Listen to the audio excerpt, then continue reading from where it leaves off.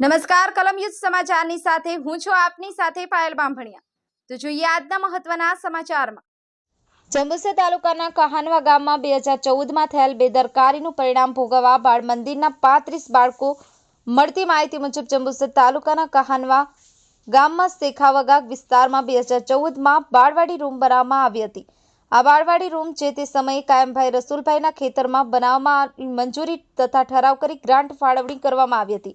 પરંતુ ગ્રાન્ટ ફાળવણી થયા પછી જે તે સમયના તલાટી, સરપંચ, સુપરવાઇઝર, એન્જિનિયર તથા કોન્ટ્રાક્ટર જેવા તમામ લોકોએ ખરાઈ કર્યા સિવાય આ બાળવાડી રૂમ ઇસ્માઇલભાઈના ખેતરમાં બનાવી દીધેલ હતો। આજે 10 વર્ષ પછી ઇસ્માઇલભાઈને ખબર પડી કે આ રૂમ કાયમભાઈ રસુલભાઈના નામે બોલે છે તો ગમે ત્યારે આપણી જમીનમાં પણ આડકતરી અસર થઈ શકે તેના ડરથી ઇસ્માઇલભાઈ દ્વારા છેલ્લા 1 મહિનાથી આ રૂમને તાળું મારી દેવામાં આવેલ છે।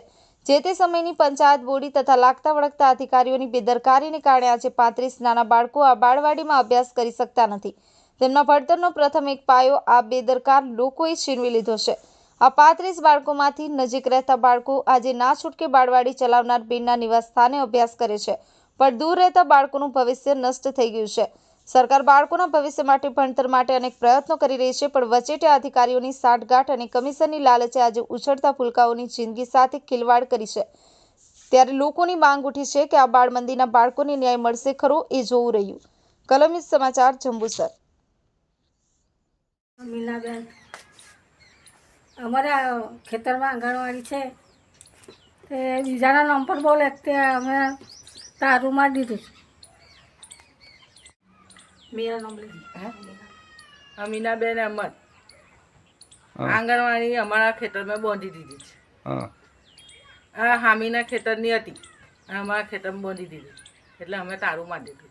नहीं लिए हुआ 10 नंबर में गए તાલુકાના કહાનવા ગામમાં શેખાવગા વિસ્તારનો રહેવાસી છું। અહીંયા પ્રાથમિક શાળા 10 નંબરની છે। ત્યાં અમીનાબેનનું ખેતર આવેલું છે, જ્યાં માલ મંદિર બાંધવાની હતી સામે ત્યાં નથી બાંધી, એની જગ્યા પર બીજા સ્થળ પર બાંધી દીધી છે। હવે એનું નિરાકરણ તો સરપંચને બોલાવીએ તો સરપંચ કંઈ જવાબ આપતા નથી। હા, તો હવે આ જગ્યા પર અમે તારું મારી દીધેલું છે। બેન પ્રવીણભાઈ છે, હું કાનવા 10 આંગણવાડી શેખાવગા વિસ્તારમાં ચલવું છું અને એક વર્કર બેન છું। આંગણવાડી જમીન માલિકે આંગણવાડી પર તારું માર્યું છે, એના શું કારણ છે મને ખબર નથી, પણ હું 1 મહિનાથી મારા ઘેર બાળકો બેસાડું છે અને મને પણ તકલીફ પડે છે। દૂરના બાળકો આવતા નથી અને જે મારા ઘેર બાળકો બેસા છે તે પણ કેન્દ્ર પર જવાનું કહે છે। તો સરકારને નમ્ર વિનંતી કે મને મારું કેન્દ્ર પાછું ચાલુ કરાવી આલે અને જે તે હોય તે મને કરી આલે।